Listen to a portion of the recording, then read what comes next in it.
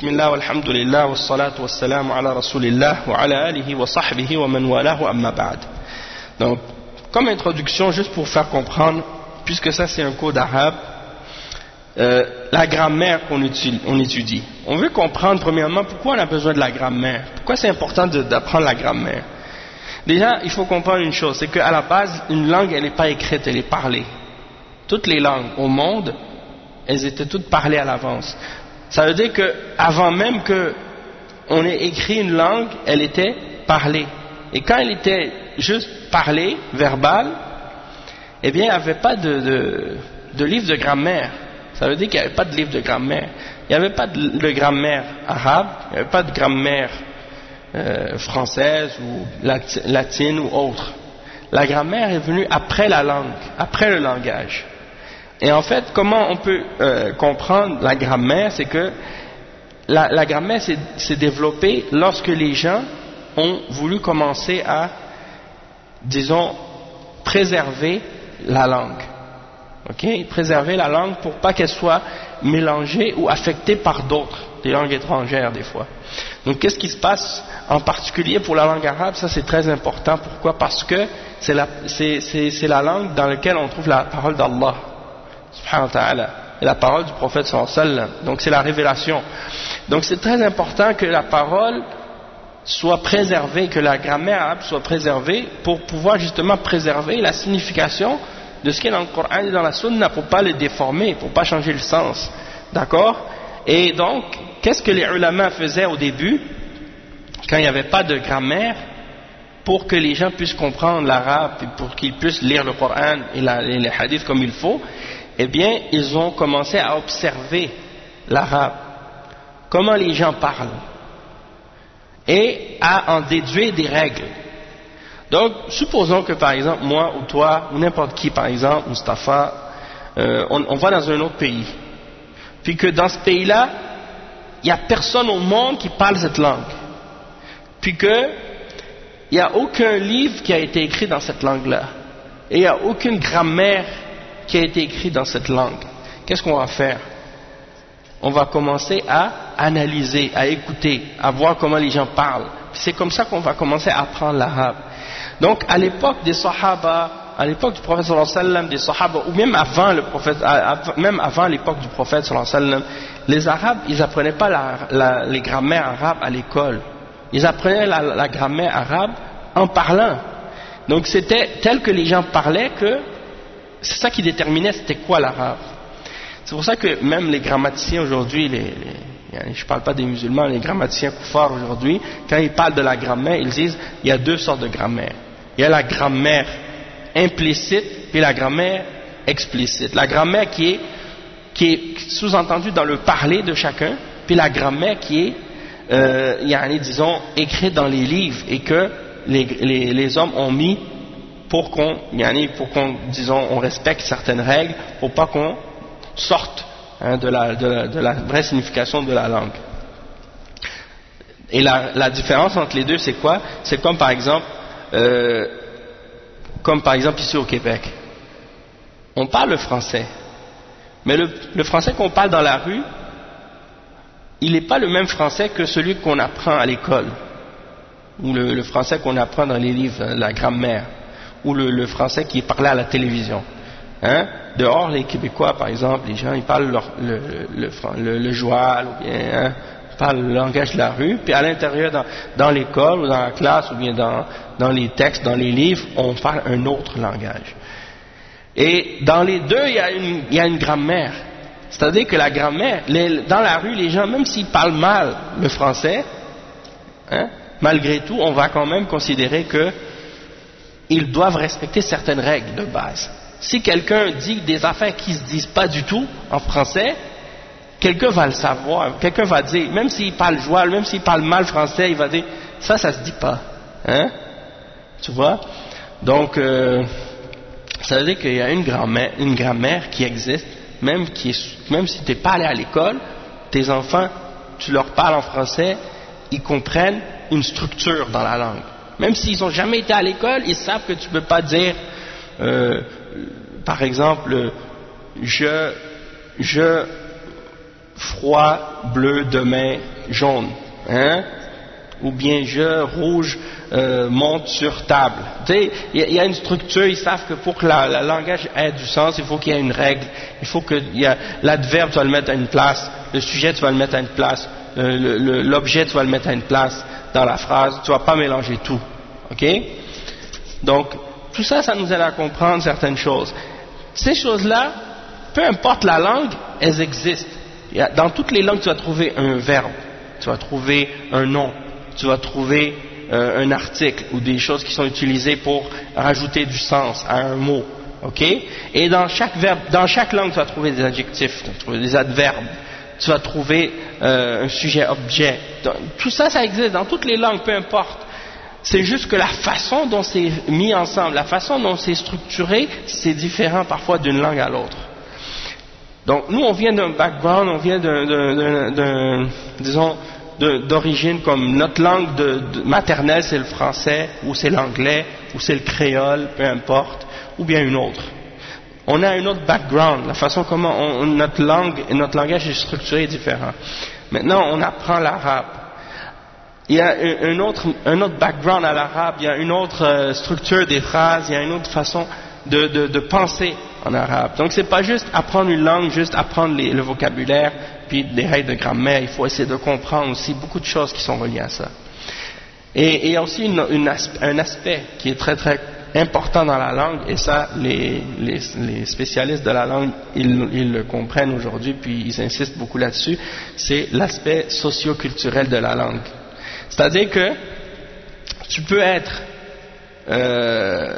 tu peux connaître des mots dans une langue et connaître des règles de grammaire dans une langue, mais malgré tout, tu vas être parmi des gens, tu ne vas pas être capable de les comprendre, parce que le langage est relié à qu'est-ce qui est connu dans la culture et dans la société. C'est pour ça que parfois on va lire le Coran ou on va lire des hadiths, des choses qui sont mentionnées à l'époque du prophète sallallahu alayhi wa sallam, des mots arabes, mais que si tu les utilises aujourd'hui, tu les mentionnes aujourd'hui, les gens, tu vas leur mentionner les hadiths, ils ne comprennent pas ce que ça veut dire, malgré que c'est des mots arabes connus. Pourquoi? Parce que le contexte de la société, le contexte de la mentalité des gens, de la culture des gens, elle a changé. Et donc les choses qu'on utilisait à l'époque, ou la façon dont ils étaient utilisés les mots, c'est pas la même qu'aujourd'hui.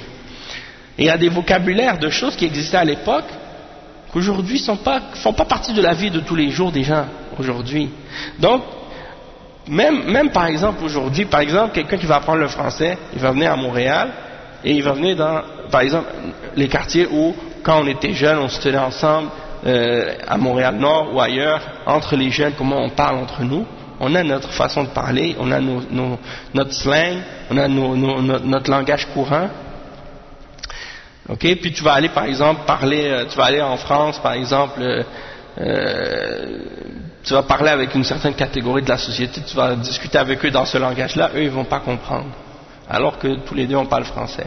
Pourquoi? Parce que chacun on a un milieu qui nous influence, on a une société qui nous influence, on a une culture qui nous influence, on a beaucoup d'aspects, de choses qui nous influencent aussi. Donc ça c'est un aspect de la langue qui est très très important. C'est pour ça que des fois tu vas apprendre des vocabulaires, mais si tu ne comprends pas le contexte socio-culturel, tu ne vas pas être capable de savoir de quoi tu parles. Hein? Donc on peut tous les deux dire la même chose, mais on ne veut pas dire la même chose du tout, puis on ne se comprend pas. Donc ça c'est un aspect aussi qui est très important. Donc là on est en train de rentrer dans le premier chapitre de la grammaire dans Al-Ajurumiyya, et c'est les bases de la grammaire arabe. Et c'est sûr que si par exemple tu veux comprendre la grammaire arabe, c'est pas nécessaire de comprendre nécessairement la grammaire française pour le faire. Il y a des gens qui font ça, c'est-à-dire quand ils enseignent l'arabe, ils passent par la grammaire française ou par le français pour l'enseigner. Moi, c'est pas comme ça que j'ai appris la grammaire arabe. J'ai appris la grammaire arabe en arabe directement. Et pour moi, ça a été beaucoup plus facile de le faire comme ça, parce que c'est comme si j'ai été directement immergé dans le contexte, dans la langue arabe directement. Tandis que d'autres personnes ont, à l'université par exemple, ou dans les universités des koufars, ou ailleurs, ils enseignent l'arabe mais en passant par la grammaire française, ou en parlant en français, en expliquant en français les règles. Ça c'est bon pour les débutants peut-être, mais à un certain moment donné, il faut que tu plonges. Il faut que tu plonges dans la grammaire arabe pour vraiment la comprendre comme il faut, comprendre ses termes. Et une autre chose aussi, c'est que la raison pourquoi j'ai trouvé que c'était mieux d'apprendre la grammaire arabe en arabe, c'est parce que déjà ma grammaire française à l'époque était, disons que c'est la grammaire telle qu'on l'a appris à l'école. On a tous appris la langue française, on est tous allés à l'école, on apprend des trucs mais on ne comprend pas nécessairement tout qu'est-ce qu'on apprend. Puis le fait de connaître des règles de grammaire en français, mais on ne comprend pas toujours nécessairement le fonctionnement de la langue. Et le fait d'avoir appris la grammaire arabe, eh ben ça m'a aidé même à comprendre mieux la grammaire française et même la grammaire anglaise. Fa'il, non, al-fi'l c'est le verbe, mais fa'il c'est le sujet, celui qui fait l'action. Naam, naam. Donc le verbe en arabe, donc il y a trois, on dit qu'en arabe la parole est composée de trois choses. Le nom, le verbe et al-harf, al-ism, wal-fi'l wal-harf, ja'a li ma'na. Et al-harf. Al-harf, on peut le traduire comment? Yani, al-harf en arabe, si tu le traduis littéralement, ça veut dire une lettre. Mais on veut dire quoi? C'est des lettres, parce que quand tu regardes des mots par exemple, il y a des mots qui ont une signification lexicale, sémantique, et il y a des mots qui ont une définition grammaticale. Ça veut dire que, par exemple, si je te dis donne-moi la définition de chat, tu vas dire c'est un animal qui a 4 pattes, qui miaule, qui a du poil ou qui a pas de poil, qui a une queue, hein, ainsi de suite. Mais si je te dis donne-moi la définition de selon, tu vois,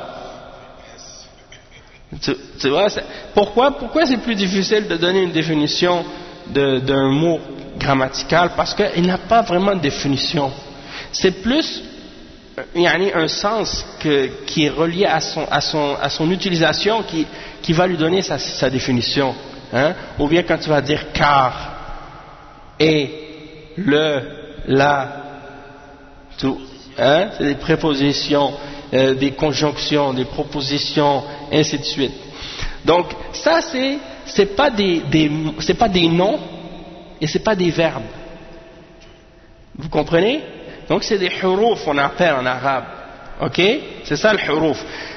Et les grammaticiens arabes ont donné c'est-à-dire qu'ils ont expliqué qu'est-ce que c'est un nom, puis comment tu peux faire pour savoir si quelque chose est un ism ou un fi'l ou non.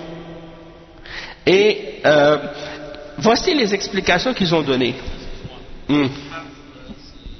Al-harf, c'est des mots ou des noms grammaticaux qui n'ont pas nécessairement une signification et en même temps qui servent à être utilisés avec autre chose, c'est-à-dire avec des noms ou avec des verbes. C'est des choses que tu vas mettre entre les noms et les verbes non, c'est pas nécessairement des suffixes ou des affixes ou il y a des choses de ce genre. C'est des choses qui peuvent être comme des articles. Oui, tu sais. Donc des fois tu peux trouver une traduction exacte dans la langue française pour donner un sens à un terme arabe, mais des fois il n'y a pas nécessairement un terme exact pour le traduire. Mais qu'est-ce qui est important, c'est de comprendre qu'est-ce qu'on veut dire. Par exemple, pour dire qu'est-ce que c'est un harf en arabe, on va donner des exemples, mais c'est comme fi, ala, in, ila, li, et ainsi de suite. Ça peut être des propositions, mais ça peut être aussi d'autres choses, des conjonctions aussi, et autres, ainsi de suite, tu vois? D'accord? Donc, ça se distingue des noms et des verbes. C'est ça qui est important de comprendre, mais on va l'expliquer. Donc dans le livre ici, dans l'explication de l'Al-Jurumiyya, il dit Al-ism huwa kalimatun dallat ala ma'nan fi nafsiha ولم تقترن بزمن. Ok. Donc la définition d'un nom qui est donnée ici, c'est un mot qui a une signification en lui-même, comme chat par exemple, qit, en arabe on dit qit, un chat, ou hir, un petit chat, un bébé chat. Donc le mot il a une signification en lui-même et il n'est pas relié à un temps. C'est-à-dire que tu peux pas, quand tu dis le mot qit, tu peux pas savoir est-ce que tu parles d'un temps passé, présent, futur. Non, ça n'a aucune notion de temps dedans. Donc c'est ça la définition d'un nom. Ismun huwa kalimatun dallat ala ma'nan fi nafsiha wa lam taqtarin bi zaman. Wa mithaluhu, son exemple, c'est-à-dire l'exemple d'un nom, voici quelques exemples. Zaydun, farasun, usfurun, wa zahratun, wa baytun, wa zaka'un. Donc on voit ici des noms, ça peut être des noms propres, un nom, ça peut être des noms communs, hein? Ça peut être des noms d'animaux, des noms de choses, peu importe, hein? Des fleurs, un cheval, usfur, c'est les oiseaux, les petits oiseaux là. Hein? Usfur, c'est, comment on appelle les serins? Vous connaissez pas les petits rossignols là, les petits oiseaux qui chantent bien là, c'est ça le usfur. Hein? Az-Zahra, c'est la fleur. Hein? Et Bayt, c'est la maison, Bayt, tout le monde connaît Bayt, et Ad-Dhaka, l'intelligence. L'intelligence, c'est pas une chose palpable, mais c'est quand même un nom. Il y a des choses, il y a des mots qui représentent des choses palpables, physiques, il y a des choses qui représentent des choses abstraites, comme par exemple la justice, hein, al-adl, hein, al-dhulm, l'injustice, par exemple al-hurriya, la liberté. C'est des idées, c'est pas des choses physiques, d'accord? Mais c'est des noms quand même.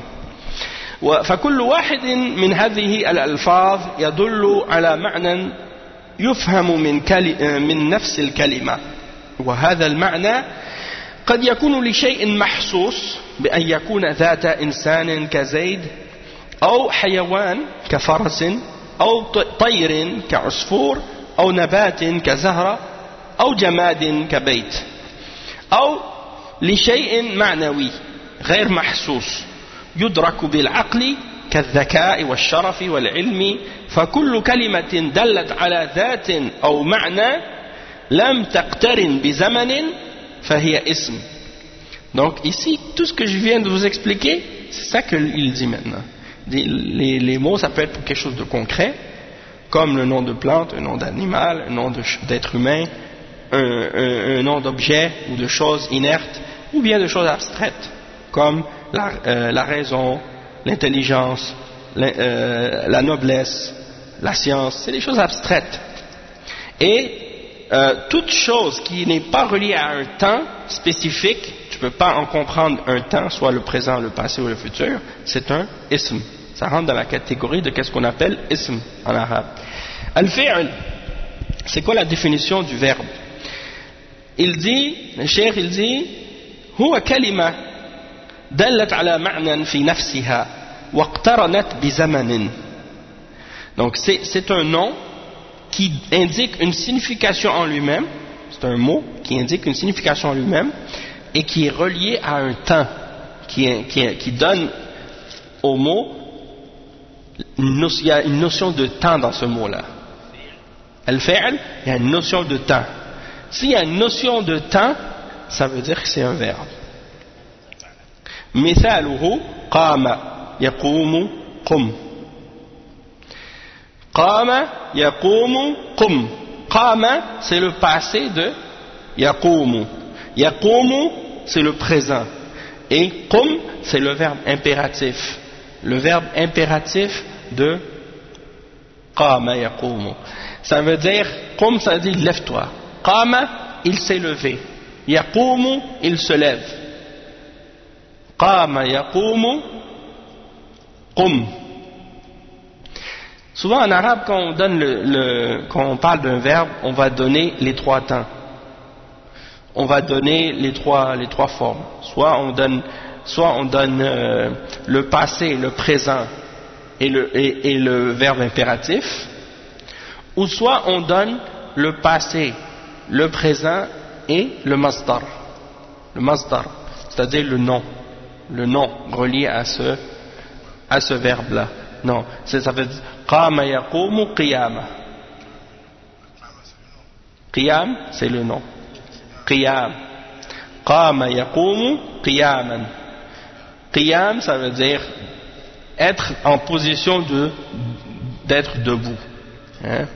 Quand on dit qiyamul layl, ça veut dire de se tenir debout la nuit en prière. Hein? Et on peut dire aussi quand on enseigne les verbes, parfois quand on apprend les verbes, on dit dans les trois temps, c'est-à-dire le passé, le présent et l'impératif, l'ordre, le fait d'ordonner quelque chose. Qum ya walad, hein? Lève-toi. Ay na'am.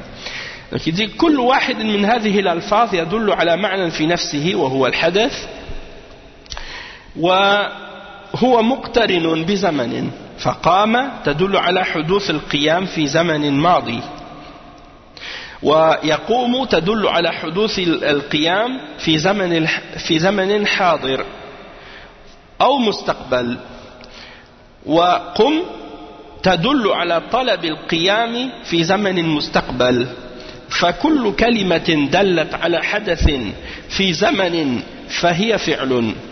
Hein? Donc il explique que tout mot qui indique, ou toute parole qui indique en elle-même une signification d'une action ou de quelque chose qui se produit, un événement qui est relié à un temps quelconque, alors ça veut dire que c'est un verbe. Hein? C'est un fi'l. En arabe on l'appelle fi'l. Hein? Al-fi'lu. Et c'est quelque chose qui indique donc l'avènement ou le fait que quelque chose se produise dans un temps, et en particulier ici c'est quand tu dis qama, c'est le passé. Qama muslimun, qama mustafa, qama waladun, ou qama al-waladu, ou qama al-imamu. Qama, c'est pas kama, c'est qama bil qaf. قامت المرأة قام الرجل قام الولد قامت البنت إلى آخره.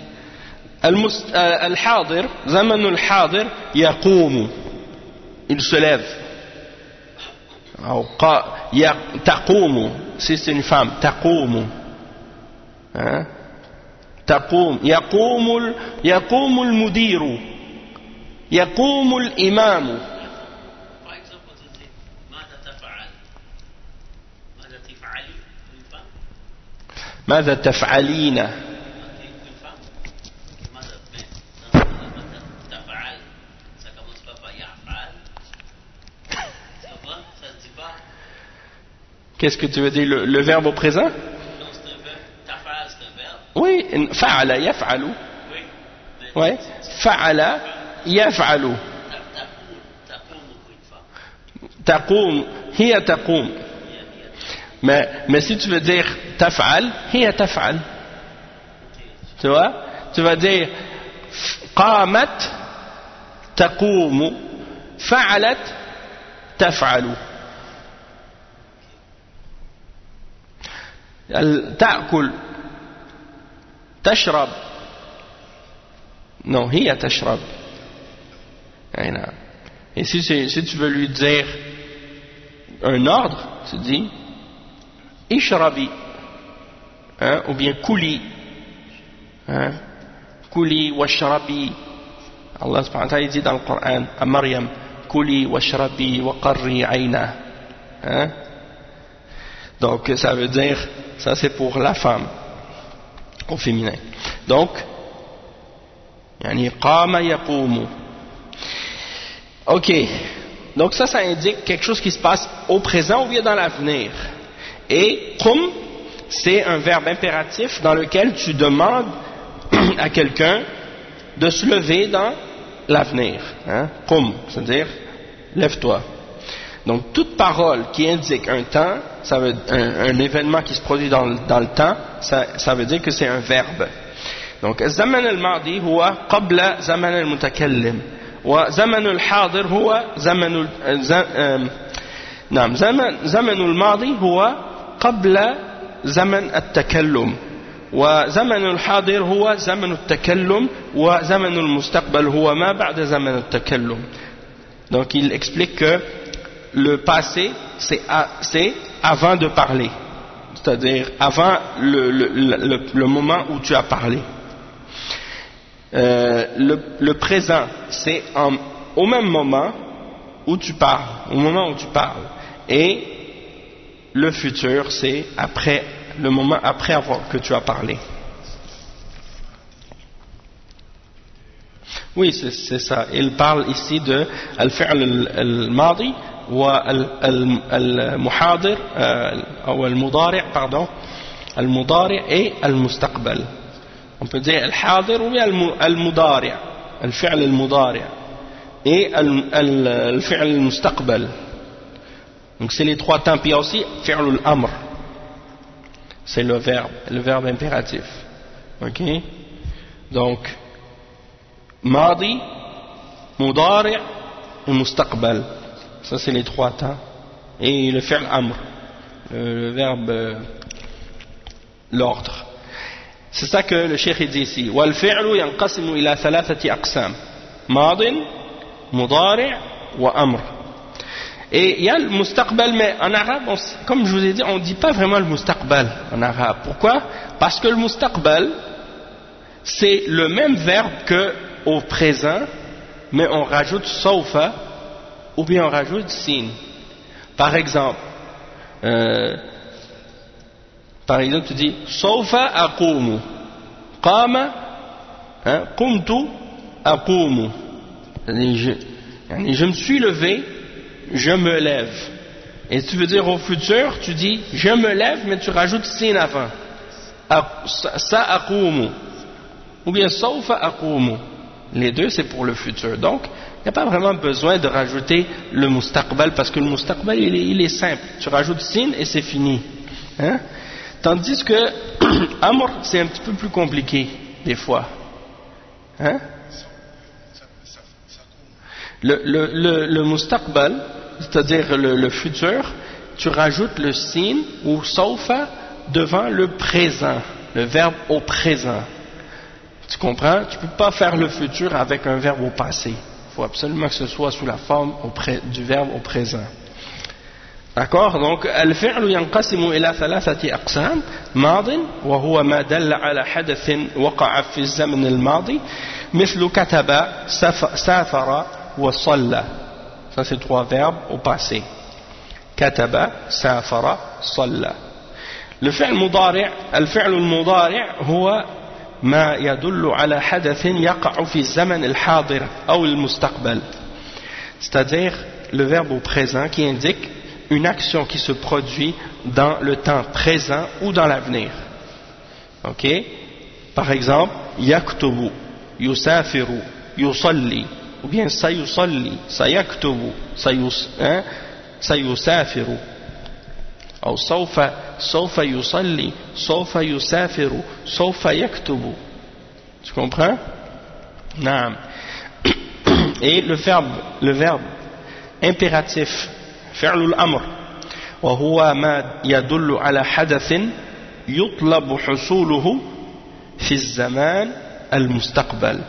Donc c'est un verbe qui indique qu'on demande, hein, on demande que quelque chose se fasse,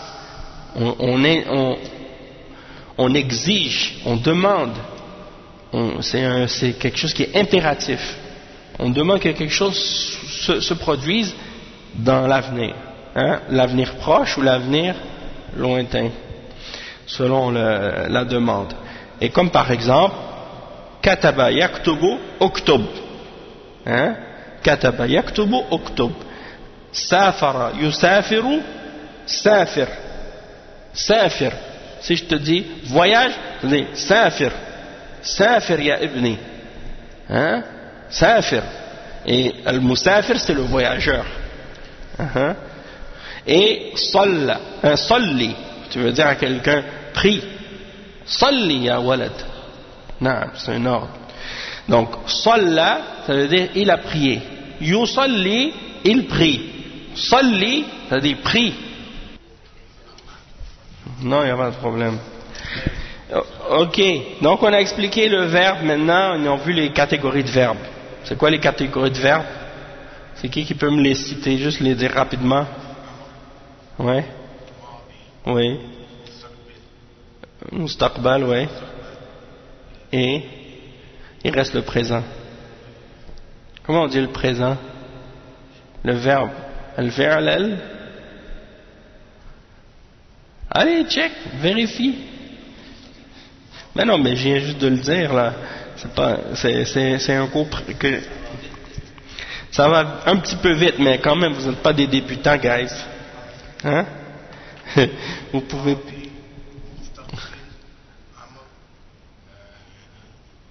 Je te donne un indice, ça commence par mou. Présent.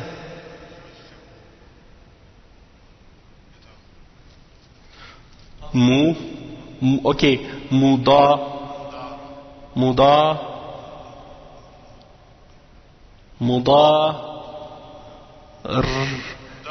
mudari'. Le verbe présent, c'est mudari'. Écrit. Non. Oui, c'est plus simple. Écrivez-les pour ne pas les oublier. Al-fi'l al-madi, wal-mudari' wal-amr. Ça, c'est les trois temps. Les trois formes. Al-madi, al-mudari' et al-fi'l al-amr. C'est pas grave, écris-les. Qu'est-ce qu'on dit? Écrivez-le, comme ça vous n'allez pas l'oublier. Hein? C'est quoi la parole que les ulama ils disent? J'ai oublié. Tu vois? Si je l'avais écrit, je m'en serais souvenu. Si je l'avais écrit, je me serais souvenu, mais je l'ai oublié. Donc, c'est-à-dire, quand tu écris la science, dans le sens de qu'est-ce que tu écris, tu veux garder la science, tu dois l'attacher. Puis l'attacher, c'est de le mémoriser, c'est de l'écrire. Taqyidul ilm. Les ulama disent taqyidul ilm. C'est comme si tu l'attachais à la science pour que tu la perdes pas. Et al-harf, il reste al-harf, la définition de al-harf, depuis tout à l'heure on en a parlé depuis le début. C'est al-madi, al-mudari' et al-amr. C'est mieux, je vous conseille pour mémoriser les temps de les dire en ordre. Comme ça vous aide. Vous avez la structure dans la tête, comme ça quand vous le répétez, ça reste toujours facile à mémoriser. Madi, le passé. Donc tu commences toujours par le passé. Madi, le présent, mudari' et le futur c'est al-mustaqbal, ou bien, et aussi fi'l al-amr. Fi'l al-amr c'est l'impératif. Donc c'est les trois temps. Madi, mudari' et amr. Vous êtes des anciens là, vous êtes des vétérans, donc vous connaissez ça, ces choses-là, ça doit être trop facile pour vous.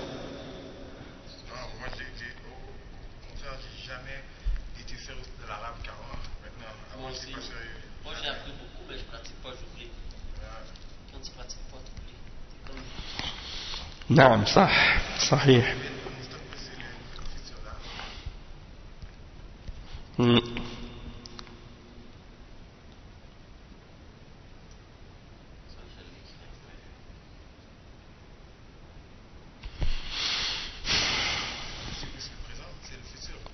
Al-Mustaqbal c'est l'avenir, le futur. Et Sawfa. Mais comme je vous ai dit, les Arabes ils ne mentionnent pas Al-Mustaqbal comme une catégorie de temps. Ils mentionnent seulement les trois. Et ça, qu'est-ce que je vous dis? Essayez de vous en souvenir, parce que je vous dis, il y a juste 3 temps. Si je vous dis, c'est quoi les 3 temps? C'est Madi, Mudari', Amr. Pas le Mustaqbal. Hein? Mais il est là-dedans. Ouais. Passe-moi les, je vais te le trouver.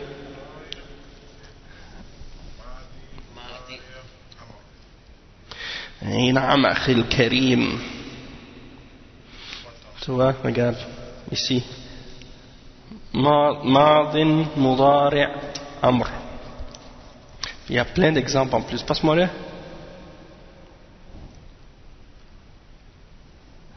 C'est ce petit livre-là, la Tuhfat al-Saniya. C'est un petit bijou. Comme on dit, bon, الماضي ما دل على حدث وقع في الزمان الذي قبل زمان التكلم نحو كتب وفهم وخرج وسمع وأبصر وتكلم واستغفر واشترك. Tout ça c'est des verbes passés. Ok? Et al-mudari', il donne des exemples. يفهم ويخرج ويسمع وينصر ويتكلم ويستغفر ويشترك. Et l'impératif اكتب وافهم واخرج واسمع وانصر وتكلم واستغفر واشترك. Donc tout ça c'est des verbes du passé. Puis pour les huruf, c'est ça qu'on va expliquer maintenant, mais je vais l'utiliser aussi en même temps parce qu'il y a plein de trucs intéressants là-dedans. Mais tiens, écris-le en premier, puis après je reviendrai lorsque j'explique l'autre. Ouais. Ça nous indique une chose aussi intéressante.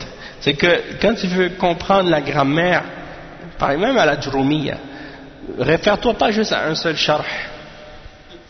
Parce que chaque sharh, il y a quelque chose que tu vas pas trouver dedans, dans l'autre.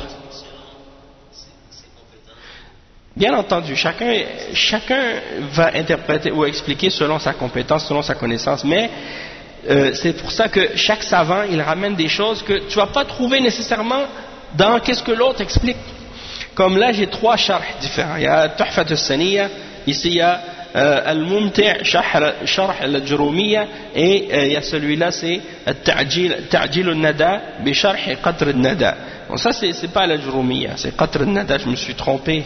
J'ai ramené le mauvais sharh, mais c'est la même ligne, c'est la grammaire aussi, c'est un petit peu plus avancé qu'à la Jurumiyya, mais il y a les bases dedans aussi quand même.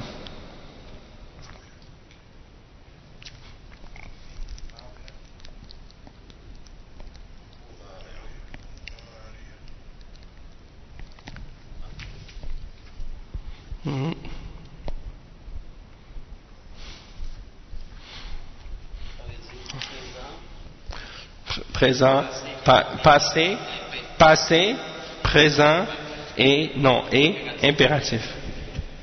Impératif, c'est un verbe, c'est une question d'ordre. Mais c'est un ordre, mais en même temps c'est relié à un temps, parce que tu ordonnes à la personne de faire quelque chose dans l'avenir. D'accord? Maintenant on passe au prochain, c'est al-harf, et ça c'est important. Ta'rifuhu هو كلمة دلت على معنى في غيرها. Ça c'est une définition, il faut la comprendre. C'est al-harf, c'est quoi? C'est un mot qui indique une signification en un autre mot, ou qui donne à un autre mot une signification plus particulière. C'est-à-dire que al-harf en lui-même, il ne veut rien dire. Hein? Comme je t'ai donné l'exemple tantôt, selon, car, si, où, comment, quoi, pour, sur, hein? Dans. Tout ça c'est des exemples. Donc, en arabe, c'est la même chose. Et il donne des exemples. Lam, fi, hal. Hein? Et Mustafa, passe-moi le char que tu as, Tuhfat al-Saniya, je vais mentionner d'autres exemples.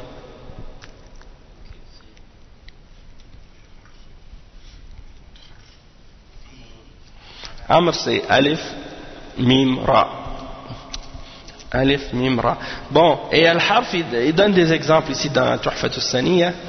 C'est des exemples très intéressants. Voici quelques exemples de huruf. Donc il dit هو في اللغة الطرف وهو في اصطلاح النحاة كلمة دلت على معنى في غيرها. فإن par exemple نحو من فإن هذا اللفظ كلمة دلت على معنى وهو الابتداء يعني وهذا المعنى لا يتم حتى تضم إليه كلمة غيرها. Par exemple, si je vous dis de, ça veut dire quoi? Ça veut dire de. En français, ça veut dire quoi? De. Si je te dis de, tu comprends-tu un sens? Non. Bon, pourquoi? Mais tu sais que on l'utilise de. Par exemple, quand on parle, on dit de, ça veut dire d'un endroit à un autre, de tel endroit à l'autre. De la part de, hein, par exemple. Ou bien de l'eau, hein, des choses comme ça. Mais en arabe, min, ça veut dire de. Ou à partir de. À partir, min. Bon. Ici, il donne un exemple. Il n'a pas de signification en lui-même excepté le départ, de commencer à partir d'un endroit. Et sa signification ne va pas se compléter tant que tu n'y as pas rajouté un autre mot ou un autre nom, hein, pour que il ait un sens plus complet, ce terme. Donc, par exemple, ذهبت من البيت. ذهبت من البيت. Je suis allé à partir de la maison. ذهبت من البيت. Ok? Donc, min, là, il prend son sens. On comprend que min al-bayt, là, ça a un sens. Mais min tout seul, ça ne veut pas dire grand-chose. Il y a d'autres exemples. Des exemples de harf, min, ila, an, ala, illa, lakin, inna, anna, bala, bal, qad, sawfa, hatta, lam, hein, la, lan, law, lamma, la'alla, ma, lata, layta, inna, thumma, aw. Ça c'est des huruf. Non, pas adverbe, pas adverbe. Les huruf c'est pas des... c'est des... Lammata, quand... Mais c'est-à-dire que même en arabe il y a des catégories. Parmi ces harfs, il y en a des harfs pour différentes choses. Harf jar, harf nasr, hein? Donc, yani, là c'est les trois grandes catégories. C'est comme si en français on faisait une catégorie, on divisait la langue en trois, puis on disait, ça c'est cette catégorie-là, tout ce qui est grammatical ou qui n'a pas une signification en lui-même, c'est harf, on l'appelle les articles.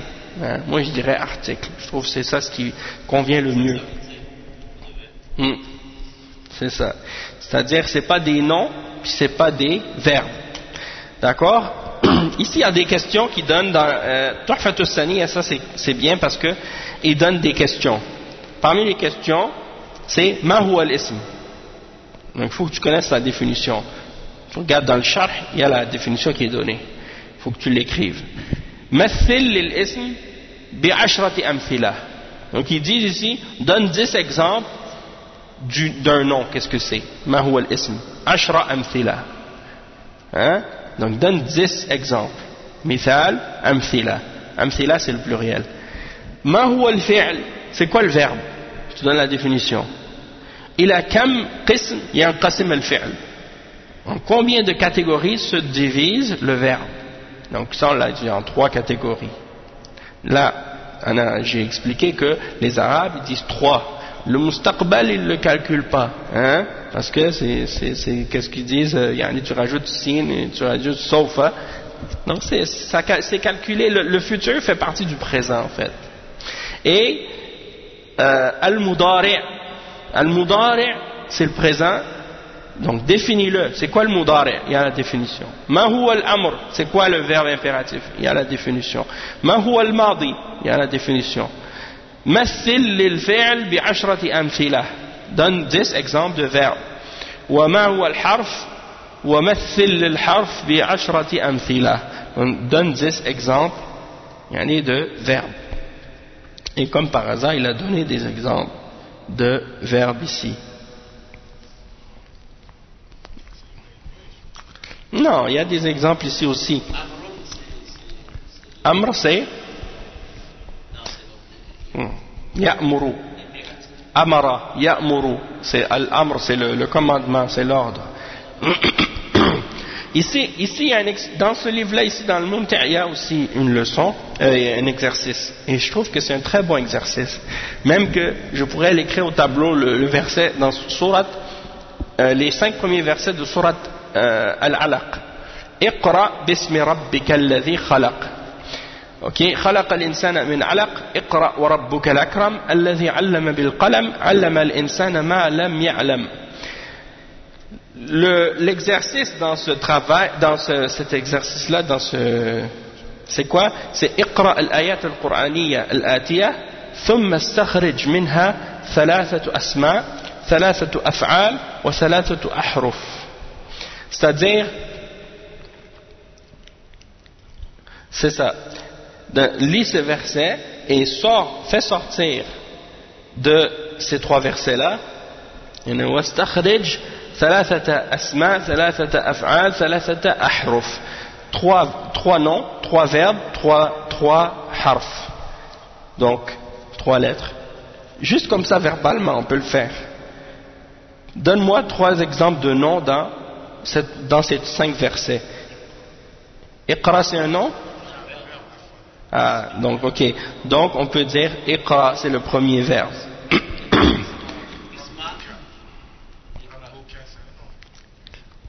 Oui, Rab, c'est un nom.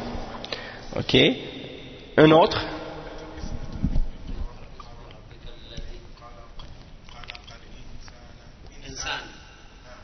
Insan, c'est un nom. Ah, et Alaq, c'est un nom. Min, Alaq. Min, c'est harf. Ok. Un autre harf.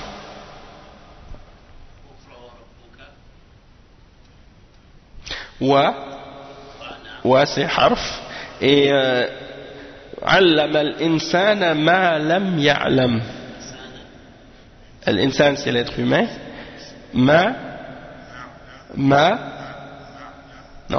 لم. ما لم. ما لم, c'est un fi'l? Non. علم. Non. علم. Ça c'est? Oui. C'est quoi? Ça veut dire quoi? Allama? Enseigner. C'est un verbe, c'est le verbe d'enseigner. Allama al-insan. Insan, c'est un ism. Et ma lam ya'lam. Pas ma'lam. Ma lam ya'lam. Ma. Ok, dis-moi c'est quoi le. Regarde ici, là, je te le montre. C'est une négation, ça? Ma lam ya'lam. Non, ma c'est pas négation. Ma ici c'est pas une négation.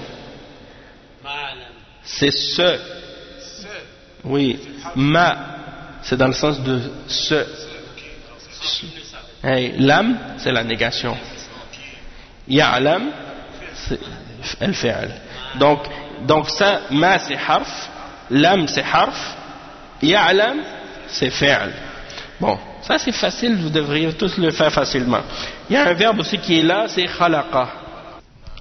Ok, donc iqra c'est un verbe, le ba ici, bi c'est un harf, ism c'est un nom, rab c'est un ism, khalaqa c'est un verbe, et ainsi de suite.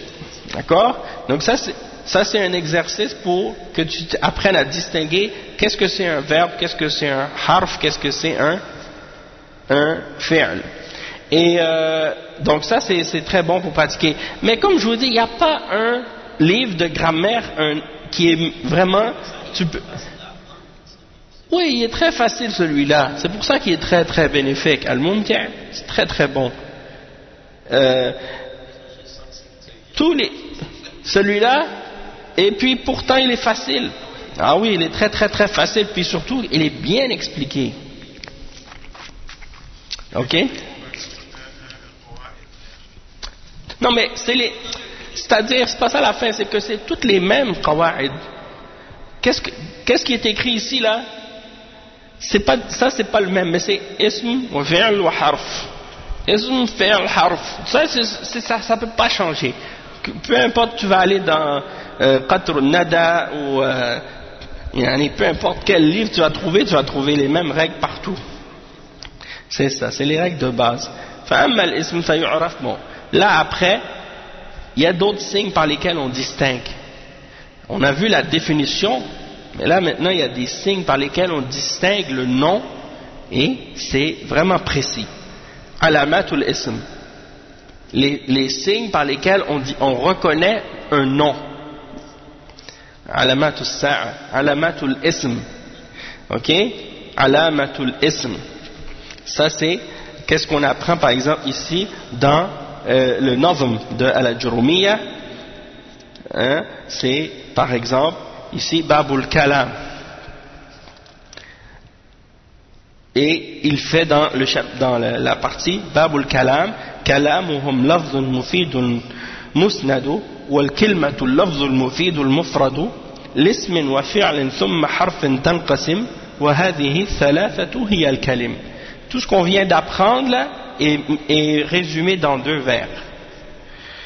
Kalamuhum lafzun mufidun musnad. Donc on a vu ça au début, c'est al-kalam ou al-lafz al-murakkab al-mufid bil-wada'. On a vu ça. Wal-kilmatu al-lafz al-mufid al-mufradu. Al-kalima, c'est un nom ou un mot qui est mufid, qui a une signification et qui est tout seul, il n'est pas attaché à un autre. Donc la différence entre kalam et kalima.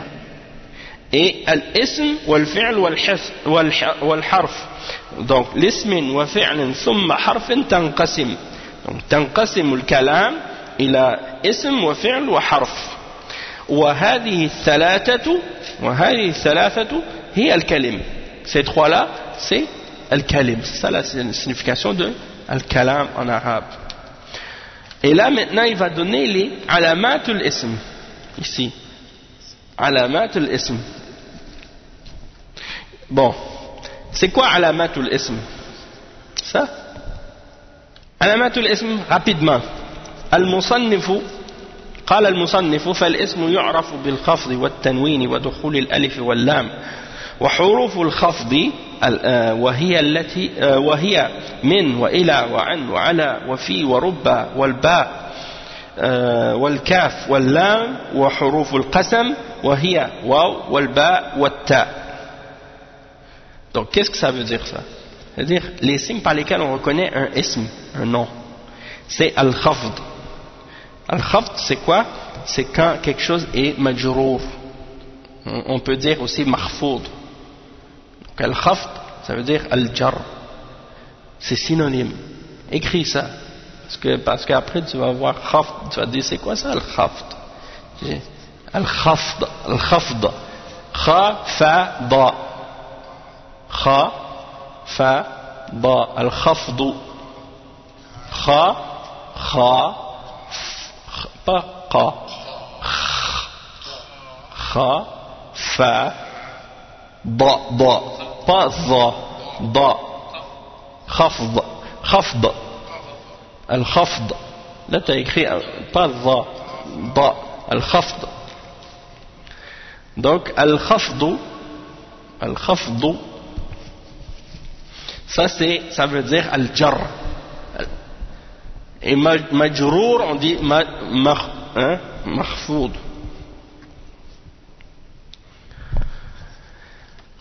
Donc, ça veut dire quoi? Ça veut dire que le nom, c'est le seul qui peut prendre al-khafd, qui peut prendre al-jar. Le verbe ne peut pas être majrour, le verbe. C'est seulement le nom qui peut être majrour.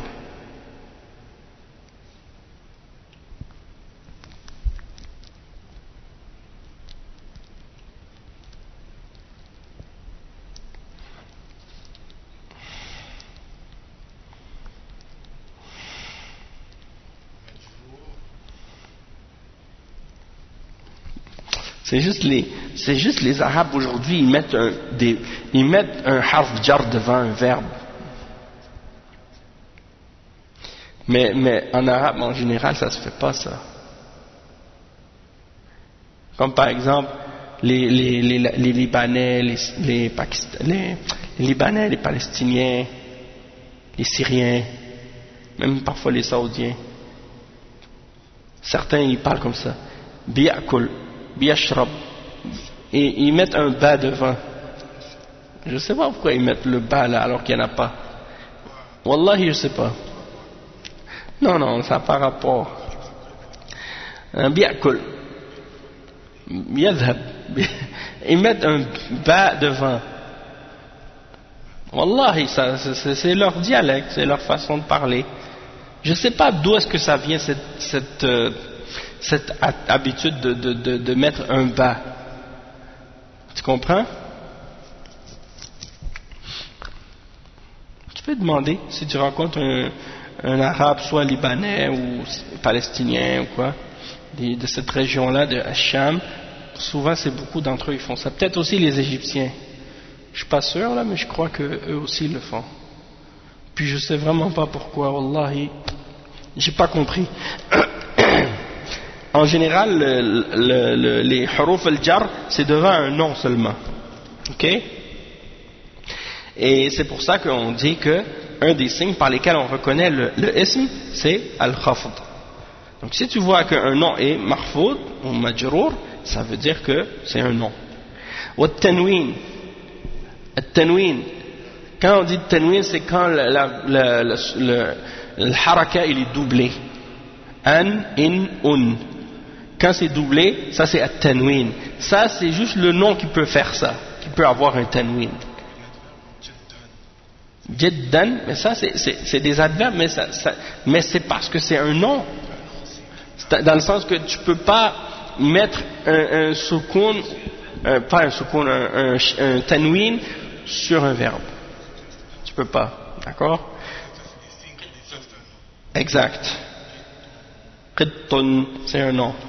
Naam. Donc ça c'est un autre signe qui distingue le nom. Dukhulul alif wal lam, l'article la, le, les. Ça c'est seulement sur un nom. Tu peux pas faire rentrer tu peux pas le faire rentrer sur autre qu'un nom. Dukhulul alif wal lam. Et huruful khafd, il donne des exemples. Donc ça c'est les trois exemples qu'il donne. Bil khafd wa tanwin wa al alif wal lam. Ça c'est les trois signes qu'il donne ici. Ici il donne un exemple. Ici il dit, parmi les signes du nom, il dit wal qawlu lafzun qad afada mutlaqa ka qum wa qad wa inna zaydan irtaqa fal ismu bit tanwin wal khafd urif. Fal ismu bit tanwin wal khafd urif. C'est-à-dire tu le reconnais par le tanwin et par le khafd. Wa harfi khafdin, et le huruf al khafd, wa bilam wa alif.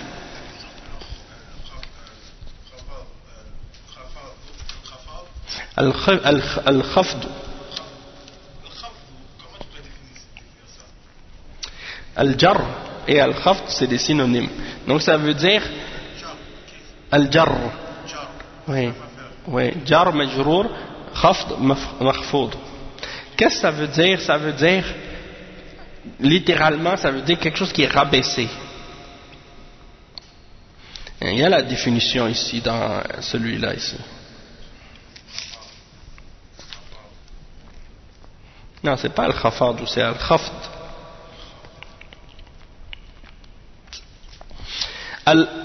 الخفض في اللغة هو ضد الارتفاع. ضد الارتفاع. Tu n'as pas besoin d'écrire ça. L'irtifa, ça veut dire quelque chose qui est élevé. Donc al-khafd, c'est le contraire d'être élevé. Ça veut dire être rabaissé. Et al-jar, c'est la même chose. Ça veut dire d'être rabaissé. Et quand tu mets un kasra, tu le mets en dessous du mot. Donc ça veut dire qu'il est rabaissé. Non, c'est pas la même chose. Parce que al-jar, il n'y a pas de ha à la fin.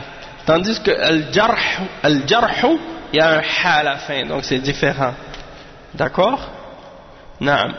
Donc, هو ضد الارتفاع وفي اصطلاح النحاة في اصطلاح النحاة عبارة عن الكسرة التي يحدثها العامل أو نائب أو ما ناب عنها وذلك مثل كسرة الراء من بكر أو بكري.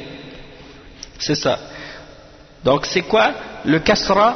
C'est quoi le jar? C'est ou al-khafd, c'est en fait chez les spécialistes de la grammaire, eux, ils disent que c'est la kasra. Kasra, ça veut dire quoi? Ça veut dire quelque chose qui est cassé. Hein? C'est comme s'il est cassé. Donc ça, c'est fait par quoi? Par celui qui fait l'action ou celui qui est remplacé, qui remplace celui qui fait l'action, c'est-à-dire le sujet. Et c'est lui qui fait cette kasra dans le mot. Subhanallah. C'est incroyable la langue. Mais même les koufars, ils parlent de la langue puis comment le cerveau humain fonctionne pour être capable de comprendre la langue puis de parler même, d'exprimer. Plusieurs. C'est ma 2e année, alhamdulillah. Et c'est pour dire, ils ne sont pas capables de même comprendre la complexité du langage. Comment on est capable de le comprendre? Même ça, c'est un miracle. Ah non, sahih. Même un enfant, il ne prend même pas de cours de grammaire, il est capable de former des phrases, formuler des mots, formuler des phrases par lui-même. Des phrases qu'il n'a jamais entendues, il est capable de les produire. Ça, c'est... Même un ordinateur, tu vas le programmer. C'est quand tu as programmé un ordinateur pour être capable d'essayer de faire des choses comme ça que tu réalises à quel point le cerveau humain est développé puis qui dépasse toute machine que l'être humain pourrait même fabriquer. Donc, c'est quoi les 3 signes par lesquels on distingue le nom? Al-khafd, al-ismu yu'rafu bil-khafd wa-tanwin wa-dukhul alif-lam. C'est les 3 choses. Al-khafd والتنوين. الخفض التنوين دخول ألف لام. دخول ça veut dire l'entrée. نعم دخل يدخل. Donc دخول الألف واللام. Donc tu es capable de faire rentrer dans le mot, de mettre devant le mot alif lam. C'est-à-dire al-kitab, al-bab. Hein? Bon, il y a des exemples ici. Ok. الشرح لما فرغ المصنف من ذكر أقسام الكلام شرع في بيان علامات كل قسم فبدأ بالاسم وذكر له 4 علامات. Donc il a mentionné 4 signes. Et nous on en voit 3, hein? Mais il y a un 4e. C'est quoi? Huruf al-qasam. Huruf al-qasam, c'est-à-dire les lettres que tu mets pour quand tu fais un serment, quand tu jures. Par exemple, tu vas dire Wallah, Billahi, wa Tallah. Ça, c'est les huruf al-qasam, le waw, le ba et le ta. Non. Donc, il dit les 4 signes, c'est le premier c'est al-khafd, le deuxième at-tanwin, le troisième dukhul alif wal lam, et le 4e c'est huruf al-khafd. Ah oui, c'est ça, je m'excuse. Donc c'est les lettres de justement les huruf qui font yani al-khafd, je sais pas, yani huruf al-jar, et il les énumère. Il y a min, ila, an, ala, fi, rubba, ba, al-kaf, al-lam, et huruf al-qasam, al-waw, wal-ba, wal-ta, wallahi, wa tallahi, wa billahi, ok. Tous ces lettres-là, quand tu écris un mot, puis que tu mets devant ce mot, tu mets une de ces huruf, le mot va être majrour. Le mot suivant va être avec un kasra à la fin. Min kitabillah, ila baytillah, plutôt ila al-bayti, min al-bayti, anil rajuli. Par exemple, ala sayyarati ou ala sariri, et ainsi de suite. Karajulin, karajuli, karajuli, quelque chose comme ça, le kaf. Donc al-khafd, le premier c'est ça, c'est al-jar. Quand ça rentre dans un mot, ça veut dire qu'il est un nom. Tu peux dire que c'est un nom.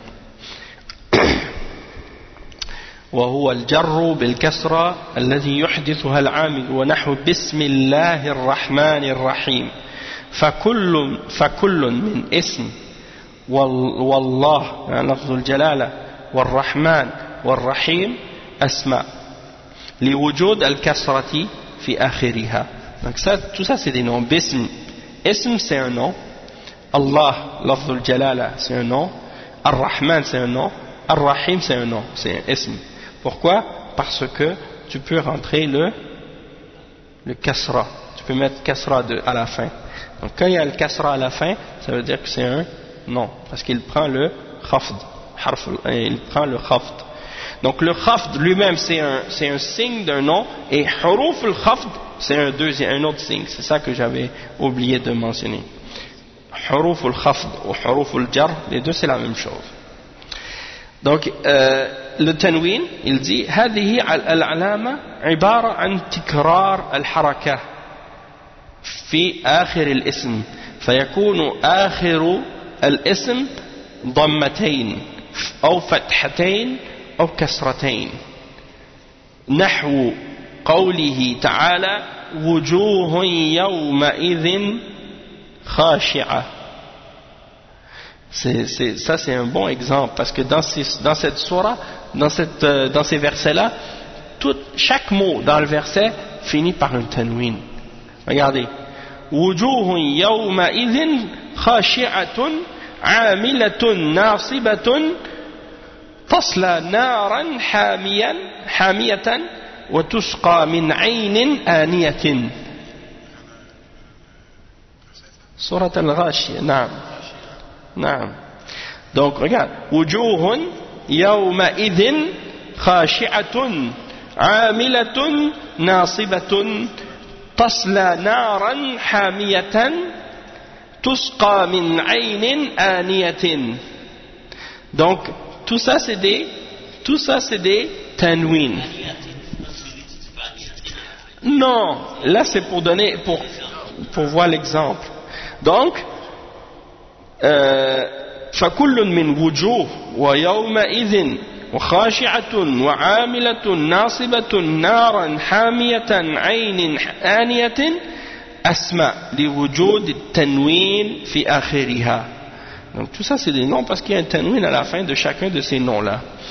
الثالثة ألف لام وتكون في الاسم نحو قوله تعالى الرحمن على العرش استوى فكل من الرحمن والعرش اسمان لدخول ألف عليهما ألف لام عليهما.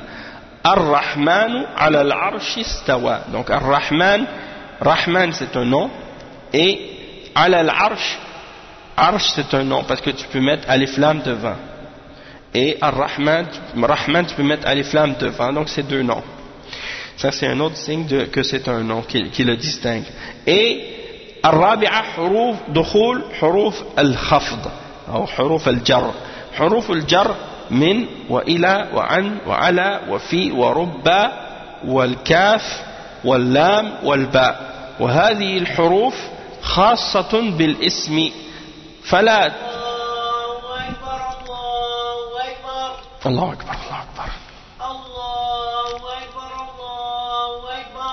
الله أكبر الله أكبر. أشهد أن لا إله إلا الله أشهد أن لا إله إلا الله أشهد أن محمدا رسول الله أشهد أن محمدا رسول الله. حي على الصلاة حي على الصلاة لا حول ولا حي على الفلاح حي على الفلاح. الله أكبر الله أكبر لا إله إلا الله. Ok, juste pour terminer, ok, Huruf al-Khafd, on les a énumérés. Ces noms-là sont particuliers au nom. Ces huruf sont particuliers au nom. Elles ne rentrent que dans le nom, dans un nom, dans un ism. ووظيفتها خفض الاسم بعدها. Donc le travail de harf al-jar, c'est quoi? C'est de rendre le mot qui suit majrour, de faire en sorte qu'il soit majrour avec une kasra. Comme par exemple, قول النبي صلى الله عليه وسلم تكف شرك عن الناس فإنها صدقة منك على نفسك. Donc il dit ici فكل من الناس والضمير في منك يعني ونفس. Donc il dit ici الناس et الضمير في منك et في نفس. Donc ça c'est des noms puisque ils peuvent prendre le harf jar, asma lidukhul harf al-jar alayhima minka. Donc le kaf c'est un dhamir et donc c'est un nom. Subhanallah. Donc c'est pas un harf le kaf. Tantôt j'avais dit que c'était un nom, c'est pas un nom puisque tu peux rentrer le min avec minka, minkum, minka, minki, minkum. T'as compris le majrour? Ah non? Comment ça? Majrour, ça veut dire qu'il prend une kasra.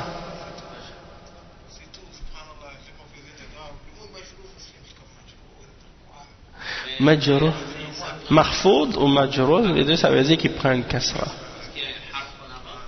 Parce qu'il y a un harf jar devant. Ou bien parce qu'il est mudaf ou mudaf ilay. Ouais, c'est ça. Majrour, ça veut dire qu'il prend une kasra. Non, ben c'est un terme. C'est comme mahfoud. Mahfoud, c'est la même chose. Tu peux dire mahfoud. Tu dis mahfoud, majrour, mahfoud, c'est la même chose. C'est des synonymes. Ok? Ok. Et من حروف الجر وأحرف القسم لقولها تجر الاسم بعدها وهي 3 أحرف الباء والواو والتاء سميت أحرف قسم لأنها تدخل على المقسم به ولا يكون اسما نحو والله ولا تكون إلا اسما يعني نحو والله وتالله وبالله. C'est-à-dire que les mots, les lettres par lesquelles aussi les huruf al-jar, et il y a aussi les huruf al-qasam. Al-qasam, yani par exemple, uqsimu billah, tu dis uqsimu billah. Hein? Yani al-qasam, ça veut dire un serment, de jurer. Puis dans l'islam on sait qu'on n'a pas le droit de jurer excepté que par Allah. Hein? Man aqsama bi ghayri Allahi faqad ashraka ou faqad kafara ou ashrak. C'est-à-dire celui qui a fait un serment par autre que par Allah, alors il a commis soit le kufr ou le shirk. Et ça c'est un kufr ou un shirk asghar. Hein? De jurer par autre qu'Allah c'est un shirk ou un kufr asghar. Ouais, c'est un shirk qui est mineur ou un kufr qui est mineur. Le prophète sallallahu alayhi wa sallam a dit Man halafa bi ghayri Allahi faqad kafara ou ashrak. Donc tu n'as pas le droit de jurer par autre que par Allah. D'accord? Donc c'est ça. Et ces lettres là c'est le ba, le waw et le ta. Wallahi, billahi, tallah. Tallah c'est comme wallahi. Wallahi, tallahi wa billah. C'est des lettres par lesquelles tu jures en arabe. Ok, donc les 4 signes de al-ism, on l'a dit, c'est al-khafd, al-tanwin, dukhul al-alif wal-lam et huruf al-jar wa huruf al-qasam. Bon, le cheikh il l'a divisé d'une autre façon pour nous aider à comprendre. Il a dit وحاصل ما ذكره من علامات الاسم 4 اثنتان تلحقان الاسم في آخره وهما الخفض والتنوين واثنتان تدخلان عليه في أوله وهما ألف لام وحروف الخفض. Donc il dit qu'il y a 2 dans ces signes-là qui sont à la fin, que tu vas mettre à la fin du mot, c'est al-khafd et al-tanwin, parce que les deux, c'est le kasra et le tanwin, tu les vois à la fin du mot, tu comprends? Et il y en a 2 que c'est au début, c'est par exemple dukhul al-alif lam, c'est au début, puis huruf al-khafd. Huruf al-khafd wa al-qasam, c'est au début. Donc il y en a 2 signes au début, 2 signes à la fin, pour désigner ou pour distinguer un nom. D'accord? Alif lam et huruf al-khafd, huruf al-qasam, ça c'est au début. Puis les 2 autres c'est tanwin et al-jar, al-khafd. Ouais, ça c'est à la fin. Ouais, tanwin c'est à la fin, toujours. Tu ne vas jamais voir un tanwin au début d'un mot. Puis la même chose aussi pour al-khafd, c'est toujours à la fin. Le kasra, c'est toujours à la fin. Tu peux voir un kasra au milieu, au début, mais c'est-à-dire, non, c'est pas rare. Tu peux voir un mot que il y a, au début ça commence par kasra, ou au milieu il y a un kasra. Mais le kasra qui est à l'intérieur du mot, c'est pas lui qui a une signification grammaticale. Le kasra qui a une signification dans le mot, c'est toujours la haraka qui est à la fin du mot. Le dernier haraka, c'est lui qui indique sa position grammaticale dans la phrase. Tu comprends? Mais à l'intérieur, ça peut donner un sens, mais pas toujours.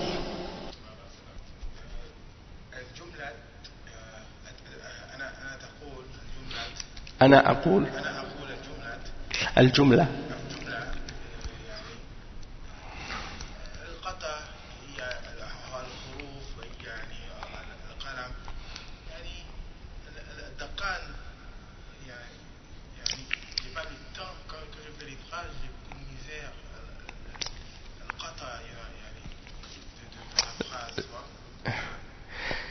لا تتسرع لا تتسرع te presse pas يعني خذ وقتك prends ton temps فكر réfléchis فكر ثم تكلم أنت لست في يعني كيف تقول أنت لست في مسابقة t'es pas en train de faire une course une compétition أنت مع نفسك تريد أن تتكلم وتتحسن في لغتك العربية خذ وقتك لست مستعجلا il n'y a pas le feu prends ton temps pour faire ta phrase tu veux faire ta phrase prends ton temps أولا تريد تعرف تفكر كيف أبدأ. أريد أن أقول هذا الكلام، بماذا أبدأ؟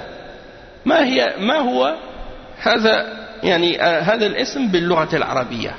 فإذا كنت لا تعرف الكلمة، تريد أن تقول كلمة ولكن لا تعرف كيف تقولها، فماذا تفعل؟ ماذا تفعل؟ تريد أن تقول كلمة أو شيء، جملة، ولكن ينقصك كلمة، لا تدري ما هي هذه الكلمة باللغة العربية، فماذا تفعل؟ نعم، ماذا تفعل حينئذ؟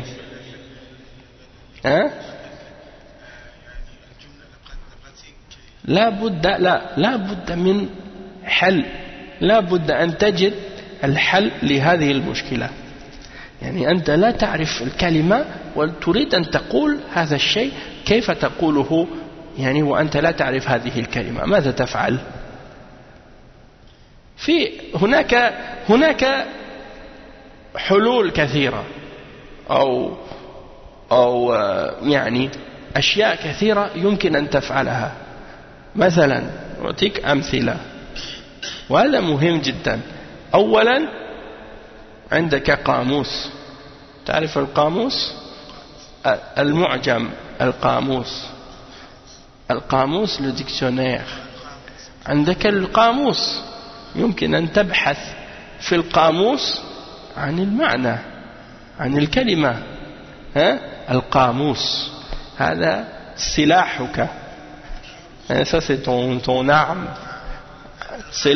سلاح الطالب المتعلم، سلاح المتعلم للغة العربية.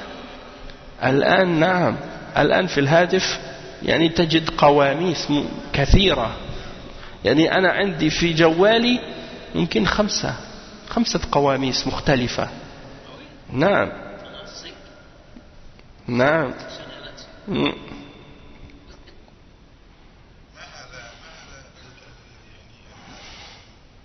أنا سأخبرك فيما بعد.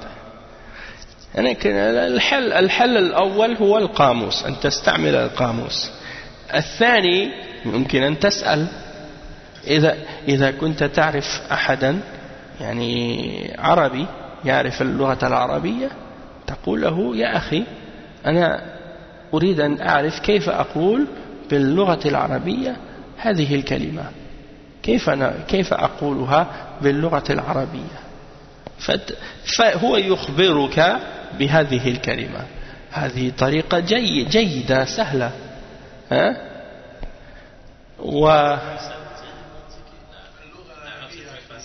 نعم، يعني الذي يستحي أن يتكلم لا يتعلم. الذي يستحي أن يتكلم لا يتعلم. لماذا؟ يستحي. ما معنى يستحي؟ عنده حياء.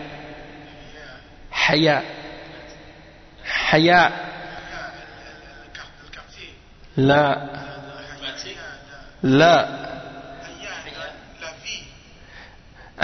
أنا أستحي. نعم، الذي يستحي أن يتكلم لا الذي يستحي أن يتكلم لا يتعلم. لا يتعلم.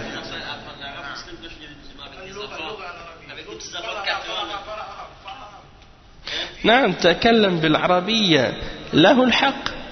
يعني إذا كنت تريد أن تتعلم لابد أن تجتهد، يعني تتكلم. يعني الإنسان يتكاسل. نعم، يعني يكون كسلانا. فمثلا أنا أستطيع أن أقول الكلمة بالفرنسية بسرعة، وأستطيع أن أعبر عما في نفسي باللغة الفرنسية بسرعة. لماذا؟ لأنها لغتي فهي سهلة. ولكن إذا حاولت أو أردت أن أتكلم باللغة العربية وأقول نفس الكلمة أجد صعوبة، وأتكلم ببطء يعني لا أتكلم بسرعة، أتكلم ببطء يعني لطمة، بطيء يعني لا. فماذا أفعل؟ أتكاسل وأترك العربية وأتكلم بالفرنسي. تديكوراج، تعجز وتقول خلاص أتكلم بالفرنسية. لا، هذا خطأ. يعني الذي يريد أن يتعلم لا يعجز ولا يتكاسل، ويعني لا يستحي، يجتهد. وإذا أخطأ لا يخجل، لا يقول أنا أخطأت أنا مسكين يعني. لا، ربما أنت عندما تتكلم بالعربية مع العرب وأنت تخطئ في الكلام يضحكون منك، يسخرون منك. لا يهمك هذا، لا يهمك، اتركهم، أنت تتعلم، هذا هو الذي تريد.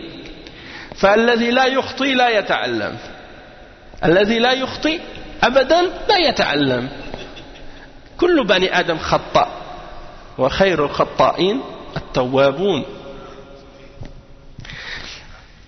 أنا أذكر نفسي كنت يعني وأنا صغير أتعلم اللغة الإنجليزية،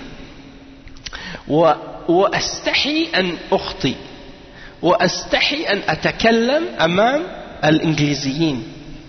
لماذا؟ لأنه عيب، يعني أستحي، أقول في نفسي مسكين أنا لا أعرف الإنجليزية جيدا، فإذا تكلمت بالإنجليزية سيسخرون مني، فأنا لا أريد أن أخطئ فلا أتكلم. فالذي يكون هكذا لا يتعلم أبدا، يبقى جاهلا طول حياته.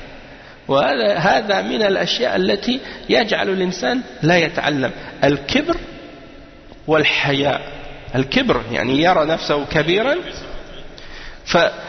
فلا يرى نفسه كبيرا فلا يريد أن ينزل نفسه أمام الآخرين، فلا يريد أن يتعلم، يبقى جاهلا. والآخر يستحي أن يخطئ، ويستحي إلا يتعلم. هذا هو.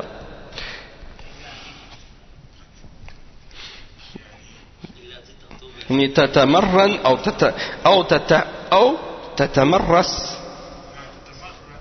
تتمرن أو تتمرس. تتكلم فرنسي، هذا سليمان تتكلم عربي، هذا الأسهل اللغة. يعني تتدرب.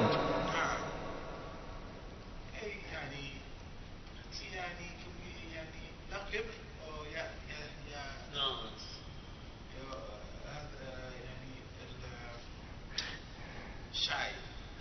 يعني الحياء. كل يوم هذا أستاذ سليمان بنكوريجي. أي نعم، أصحح. أتقلم. نعم، إذا أخطأتما أنا أصححكما.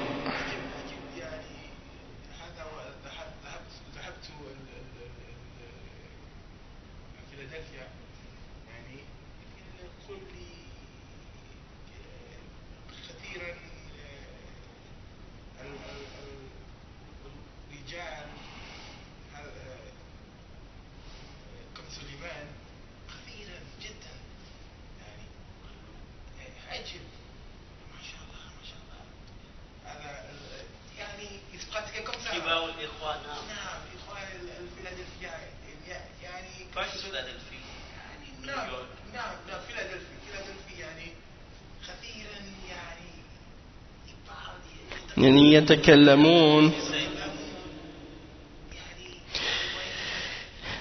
لماذا يتكلمون؟ لأن كثير منهم درسوا اللغة العربية في السعودية. نعم. وبعضهم طلبوا العلم في فيلادلفيا، يعني يجلسون مع الإخوة الذين يعرفون العربية ويتكلمون مع بعض حتى يتحسنوا بعضهم بعضا. يعني هذا شيء جيد جميل جدا ومهم.